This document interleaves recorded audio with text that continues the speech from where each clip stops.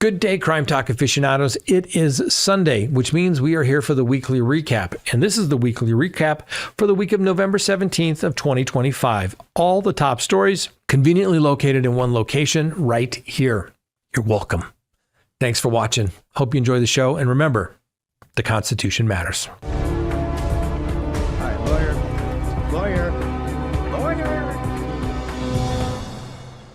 Let me also remind you to hit the link if you need a background subscription service to do a background search on anybody that's coming into your life. Go to crimetalksearch.com. You're going to be happy that you did, particularly when you get all those reports and it's going to have email addresses, social media presence. You're going to find out if they have other phone numbers, burners. Why do they have all those email accounts? That's right. Signing up for those dating sites? How come you don't know about those?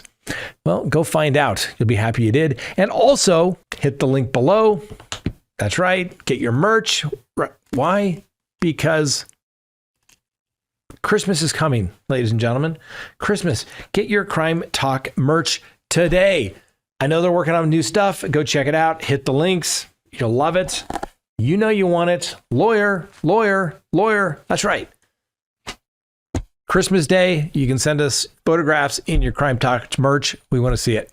More revelations in the Melodee Buzzard disappearance. That's right. The investigation into the disappearance of 9-year-old Melodee Buzzard has taken a poignant turn with new disclosures about her mother, Ashley Buzzard's deeply troubled adolescence, marked by a little family violence, instability, and a failed bid for independence. So as police intensify their efforts to locate the child, the now missing for over a month, these revelations underscore some long-standing patterns of isolation within the family that may hold some critical insights into this particular case. So what do we know? We know that Melodee was confirmed sighted on October 10th of this year near the Utah-Colorado border during a cross-country journey undertaken by her and Ashley from their home in Vanderburg Village near Lompoc, California. Now, surveillance footage from October 7th captured the pair at a local car rental agency departing in a white Chevy Malibu bearing a California license plate. But investigators later determined that the car had been fitted with New York plates during the trip, which extended eastward to Nebraska before looping back through Kansas, Colorado, and then Utah as well. Now, the rental was subsequently tracked along Interstate 15 into Arizona and Nevada, eventually returning to California without Melodee. Ashley has provided no explanation for her daughter's absence and has declined to assist police, prompting obviously some frustration from both the police officials and family members. Now, the Santa Barbara County Sheriff's Office, now supported by the FBI, described Melodee as an at-risk child who has been homeschooled and unreported to authorities since October of 2024. We know that she stands approximately 4 feet 6 inches tall and weighs about 60 pounds and has brown curly hair and brown eyes. Now, both mother and daughter appeared at the rental car agency wearing wigs. Melodee's featured a darker one, straightened strands with a natural appearance. Complicating the narrative is Ashley's recent arrest on November 7th for an unrelated charge of false imprisonment. Now, according to those court records, the incident occurred on November 6th when Ashley allegedly confined a longtime acquaintance, friend, paralegal Tyler Brewer inside her residence and brandished a box cutter after becoming agitated during the conversation. Now, Brewer, who had been supporting the search efforts for Melodee, recounted to local media that Ashley grew distressed after mentioning details she later seemed to regret saying to him, obviously possibly related to the child's location, though he emphasized uncertainty about the accuracy of the information. Now, the documents allege the act involved violence, menacing, fraud, and deceit, and it was executed with apparent forethought. Now, Ashley entered a not guilty plea during a brief arraignment at the Santa Maria Superior Court on November 14th, and then was released under supervision. Now, these developments have drawn some renewed attention to Ashley's own family history, which echoes themes of estrangement and hardship. Now, records and interviews reveal that Ashley endured a childhood shadowed by her father's alleged physical, verbal, and emotional abuse. In a 1995 feature in the Santa Maria Times, Ashley's mother, Lori Miranda, detailed their efforts to evade the man who reportedly stalked them, shattered windows, and created a climate of constant fear. Now, the article, accompanied by a photograph of a wide-eyed 9-year-old Ashley, well, strikingly similar to the features of Melodee, also disclosed periods of homelessness, including a stay in a shelter, and Miranda's prior struggles with substance use. Well, Miranda expressed optimism at the time, recounting how she can secure part-time work, enrolled Ashley in school, and rented a modest apartment shared with a roommate. Yet by 2002, during her junior year of high school, Ashley sought to sever ties formally, petitioning for emancipation from Miranda, her mother, and living with her mother and Miranda's then boyfriend while employed at a local pizzeria. Well, Ashley cited irreconcilable differences in the filing, and the request was ultimately rejected due to procedural errors in the paperwork. Now, the generational rift persists today. Miranda has told investigators she has no contact with Ashley or Melodee in more than 4 years, a sentiment echoed by other relatives. Now, Melodee's half-sister, a woman by the name of Karina Meza, described repeated unsuccessful attempts to reach Ashley in the days following the October 14th missing person report, which was filed by a school administrator after Melodee's prolonged unexecuted absence. Now, efforts by child welfare services and federal agents include a recent search of the family home that yielded some unspecified items, but not sure where it fits in on the relative evidentiary value. So adding layers to the family dynamics, Melodee's paternal grandmother, a woman by the name of Lily Dennis, Denes, shared concerns in a recent television interview about Ashley's mental health history. Dennis recounted how social services once approached her family back in 2021 to temporarily care for Melodee during Ashley's inpatient treatment, sparing the infant from having to go into foster placement. Now, Dennis, the grandmother, and her late son, Melodee's father, Rubel Meza, who perished in a 2016 car crash, began adoption proceedings, describing the child as a bright, joyful toddler.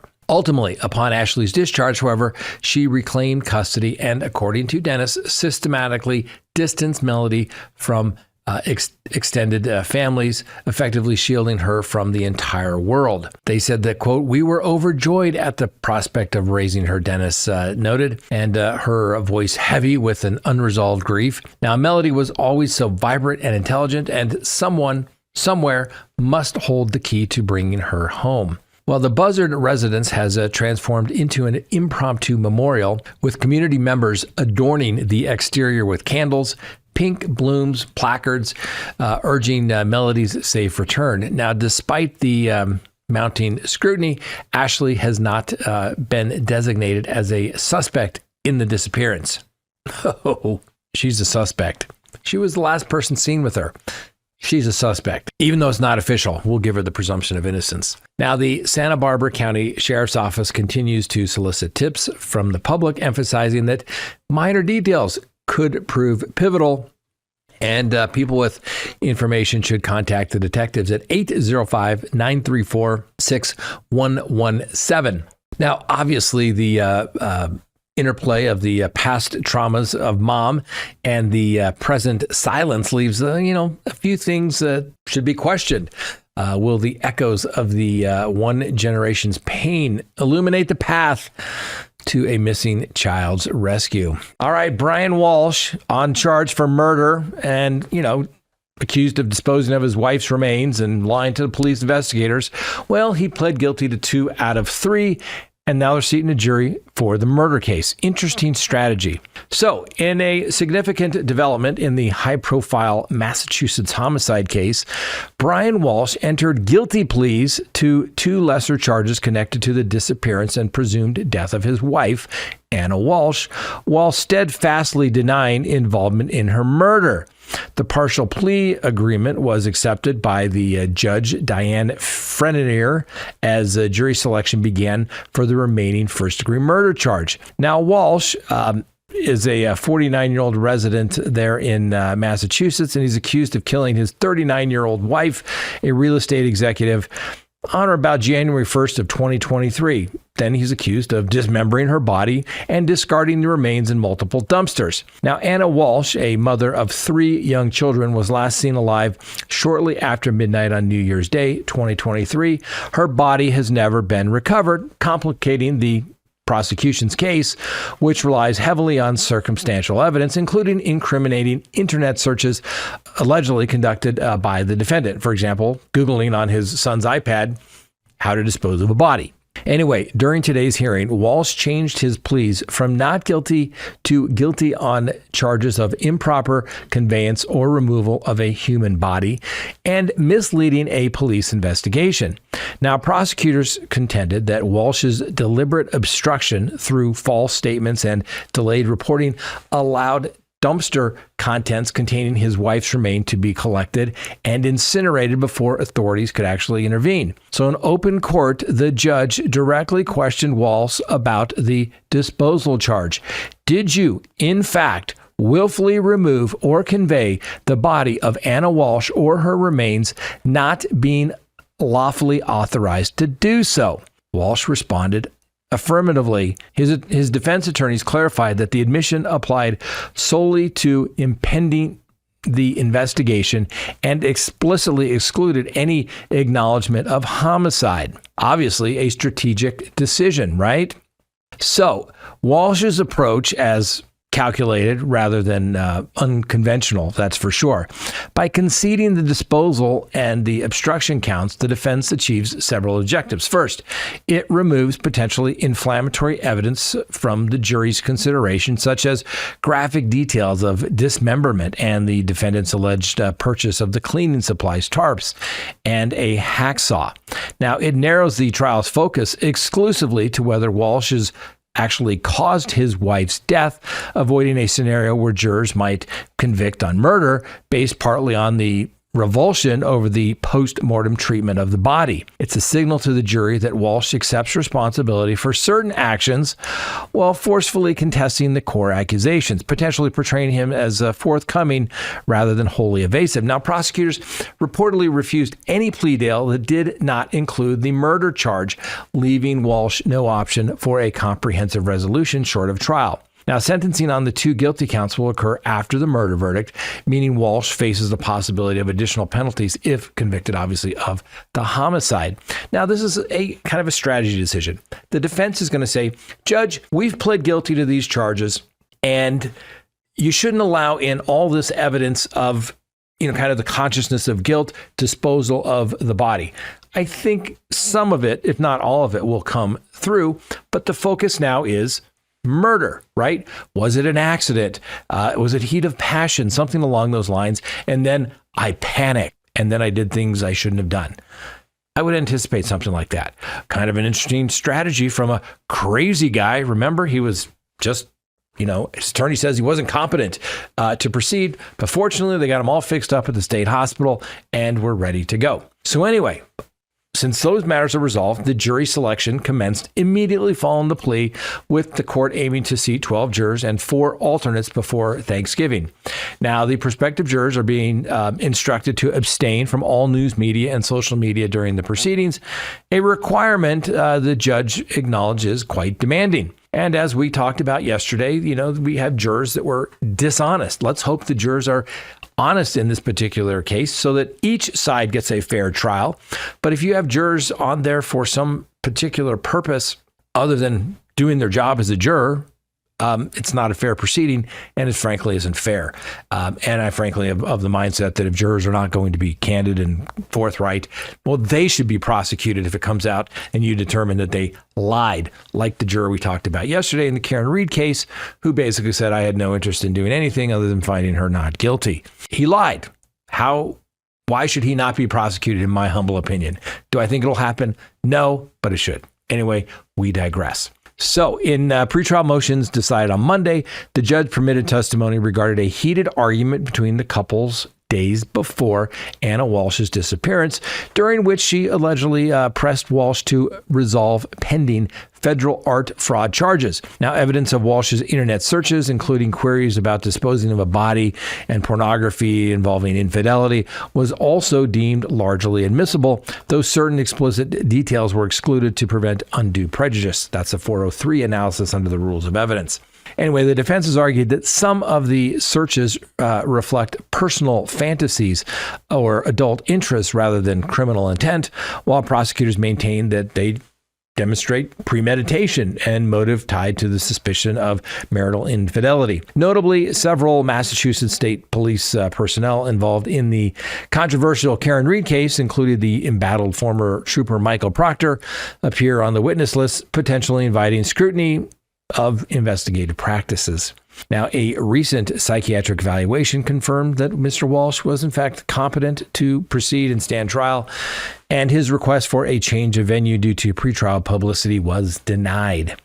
As the proceedings move forward, the case underscores the challenges of prosecuting murder without a body or direct witnesses, placing extraordinary weight on digital forensics, timeline discrepancies, and the defendant's own admissions regarding the aftermath of Anna Walshe's disappearance.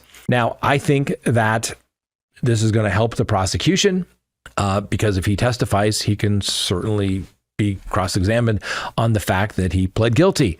And so we know that she was dead and that we would have a body unless, of course, he had not gotten rid of it.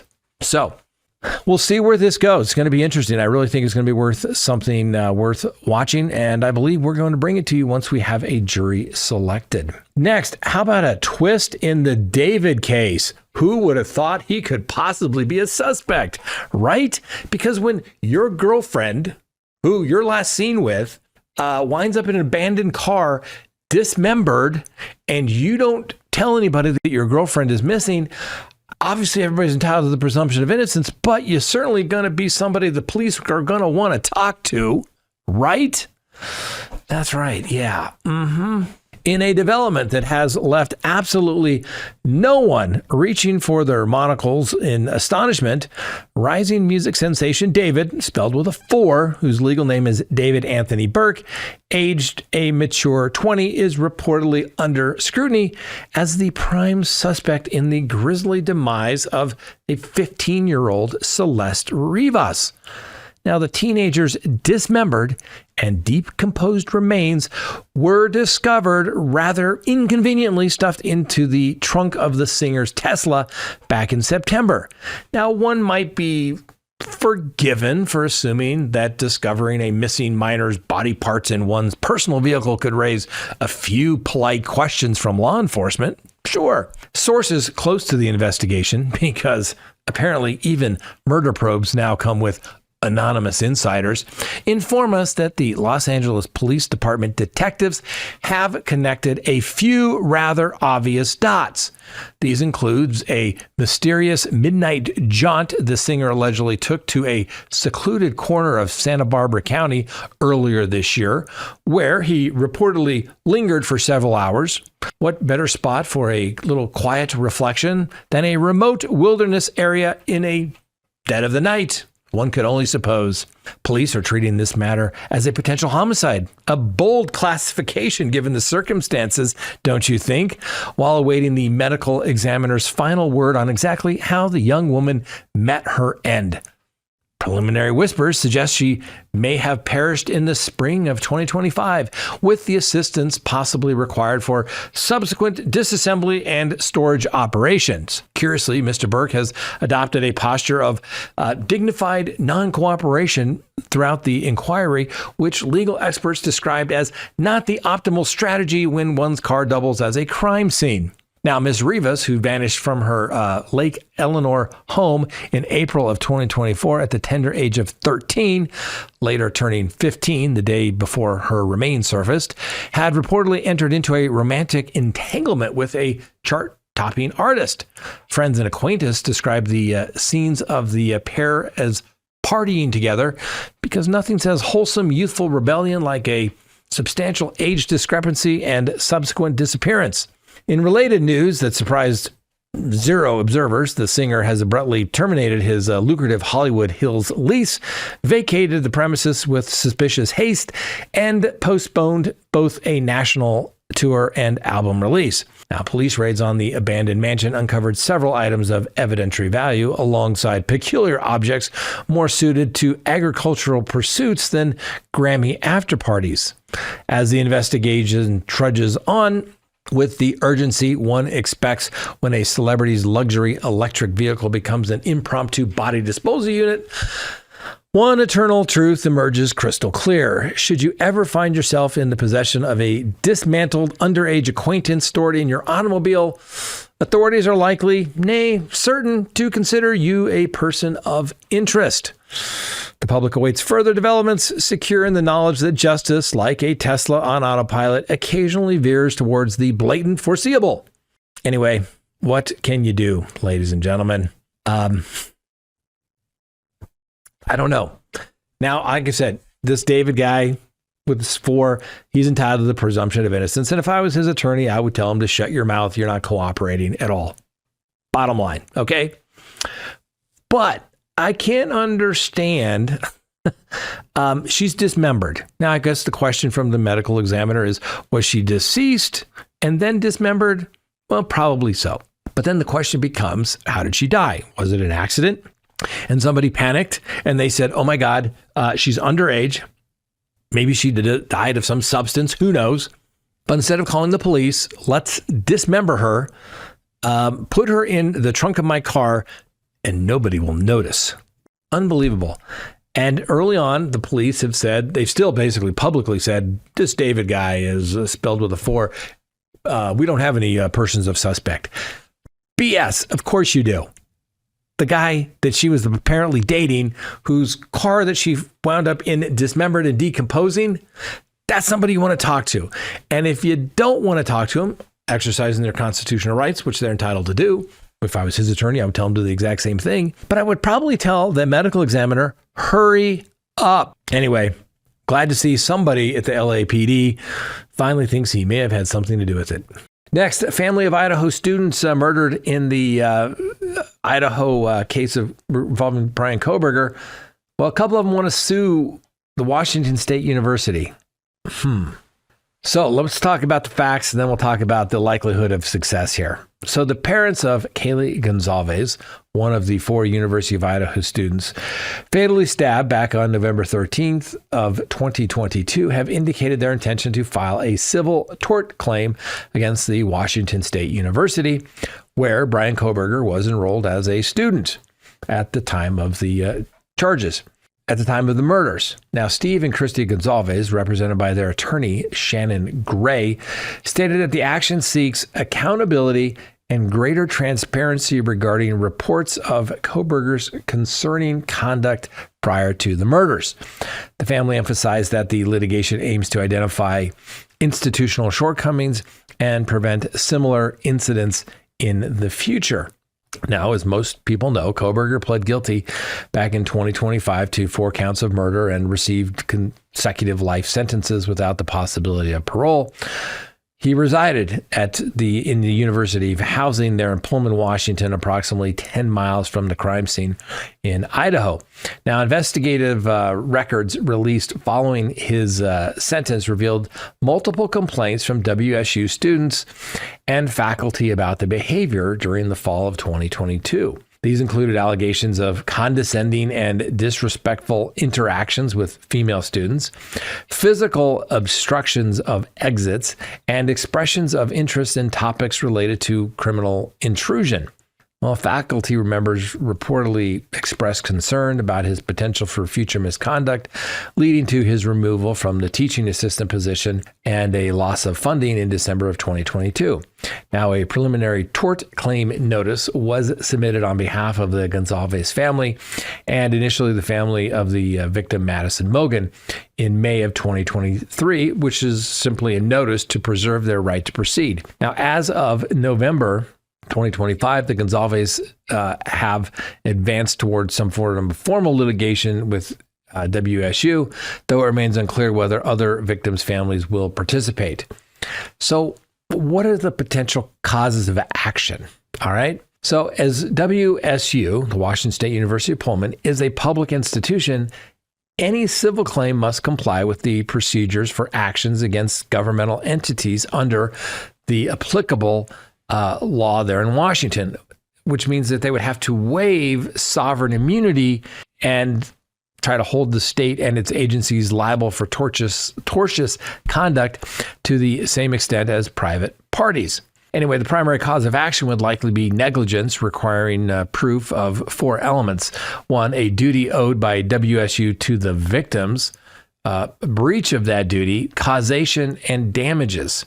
Now, what duty was owed by WSU to students that didn't attend the university? A legal one, not some moral, a legal duty. Think about that. Anyway, the central legal question is the existence and the scope of a duty, right? Washington courts recognize a limited special relationship between universities and their students, imposing a duty to exercise reasonable care to protect students and foreseeable harm caused by other students, but only in the context of an on-campus activity or university-controlled event. And there's case law to support that. No such duty extends to off-campus conduct or to third parties who are not enrolled students. Here, the victims were students at a different institution, and the murders occurred at an off-campus residence in a completely other state, rendering it highly unlikely that WSU owed a direct duty to protect them. Well, let's get creative. What's another alternative theory? A duty to control Kohberger or to warn potential victims? I don't know. I don't think so. Washington imposes a broader duty to protect identifiable third parties in outpatient psychiatric treatment settings where a special relationship exists, but universities generally do not assume custodial control over graduate students sufficient to trigger a duty to prevent off-campus criminal acts against non-students. So what is the likelihood of success? Well, precedent strongly suggests limited prospects for success on the merits.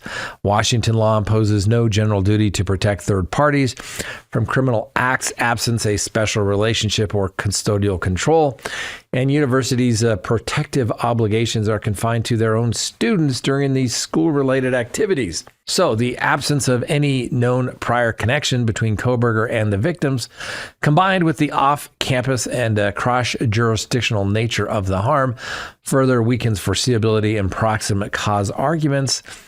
And so while the complaints about Kohberger's behavior were documented, they did not include, as far as we know, explicit threats of lethal violence toward identifiable individuals outside of the university community. Even if a novel duty were argued, qualified immunity protections for public entities and discretionary functions could bar liability straight out. Similar claims against educational institutions for failure to prevent off-campus violence have rarely succeeded absent a clear custodial oversight or direct university involvement. And for wrongful death action in Washington state, the statute of limitations is 3 years from the date of the death applicable, and survival on wrongful death claims under the Washington Code.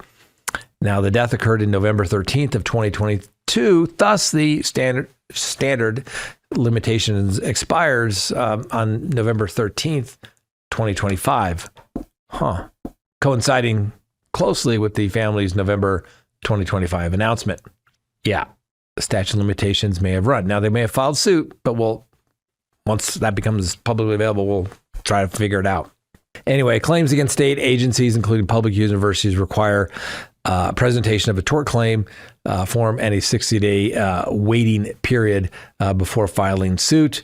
And the limitations period is told during the waiting period. The family's 2023 notice preserves compliance, and any lawsuits filed promptly in late 2025 would appear timely, though procedural missteps could still jeopardize this action. So in summary, though, while the family's pursuit reflects a desire for institutional accountability, establishing, Washington, is somehow responsible, the precedent on a duty and foreseeability presents substantial obstacles to prevail. Bottom line is, it's not going to succeed. And unless Washington State University, out of the goodness of their hearts, wants to cough up some money, which kind of goes against their duty to their state and their school to just give away money for something that they're not responsible for, that's the only way I see that the Gonzalez recover any money. Now, my heart goes out to the Gonzalez, but the case is over.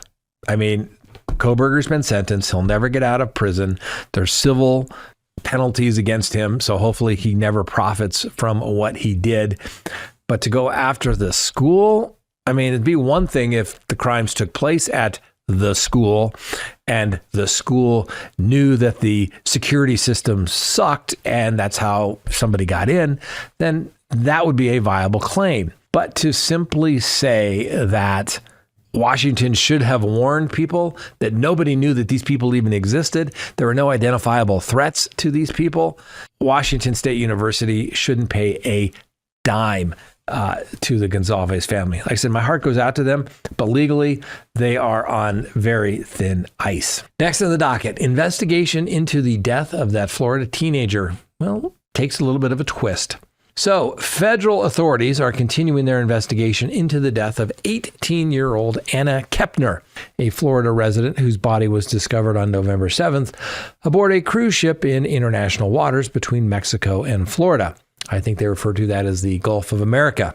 The incident occurred during a 6-day Caribbean itinerary that included stops in Jamaica, Grand Cayman, and Cozumel aboard a vessel carrying approximately 4,700 passengers, or I guess some would say 4,700 suspects. Anyway, Kepner's body was found wrapped in a blanket and concealed under a bed in the cabin that she shared with two minor male relatives, her 14-year-old brother and 16-year-old stepbrother. Now, according to sources familiar with onboard security footage, Kepner returned to the cabin alone on the evening of November 6th after reporting feeling unwell during dinner. The two younger occupants returned later. The 14-year-old briefly left again before retiring for the night, reportedly assuming Kepner was elsewhere on the ship. Her absence was noted the following morning when family members prepared for breakfast. A medical emergency announcement prompted a search, leading to the discovery of her body by cleaning staff around the time of death, which was roughly about 11:17 a.m., by the Miami-Dade medical examiner. Now, the cause and manner of death has not been publicly disclosed by the FBI, which took jurisdiction due to the location of the alleged homicide in international waters. Court records filed in an ongoing custody dispute in Florida have identified the 16-year-old stepbrother as a suspect in Kepner's death. The filings submitted by the boy's biological father, Thomas Hudson, seeks emergency custody modification for his children, asserting that the 16-year-old is residing with a third party following release from initial custody and that his involvement has placed his future in jeopardy. In response, the boy's mother, Chantel Hudson, who was on the cruise with Kepner, her partner Christopher Kepner, the deceased's father, and the other family members, acknowledged the open FBI investigation and the stepbrother's suspect status. She stated that the 16-year-old is staying with a relative and that counseling is being provided to the children. Additional details have emerged from statements provided to media outlet by Kepner's former boyfriend, a 15-year-old minor who spoke with parental consent. He alleged a prior incident approximately 9 months before the cruise, during which he claims to have witnessed the 16-year-old stepbrother attempting to climb onto Kepner against her will while she was on a video call. The ex-boyfriend further reported being informed by Kepner's younger brother about an altercation in the cabin on November 6th involving yelling, some profane language directed at Miss Kepner, and sounds of furniture being moved. The younger sibling allegedly was prevented from entering the room at the time, and the ex-boyfriend stated he contacted the FBI with this information, and agents expressed appreciation for the details. The FBI has interviewed family members who were aboard the ship, but has released limited information to them to the public regarding the direction of the investigation. Now, no charges have been announced as of this date, and the investigation remains active. The Miami-Dade County Medical Examiner's Office continues to withhold the autopsy findings pending further review. It's going to get interesting. Federal jurisdiction, which means you have to be prosecuted in federal court if it's in international waters, it gets really interesting because there's really not a juvenile court system in the federal courts. This could get really interesting. Now, obviously, no charge has been filed. Everyone's entitled to the presumption of innocence, as we always try to state and make clear. But it does get interesting. Who knows? It could just be nothing. Maybe it was natural causes for all we know. That's why we need the autopsy reports for any determination. We'll have to wait and see.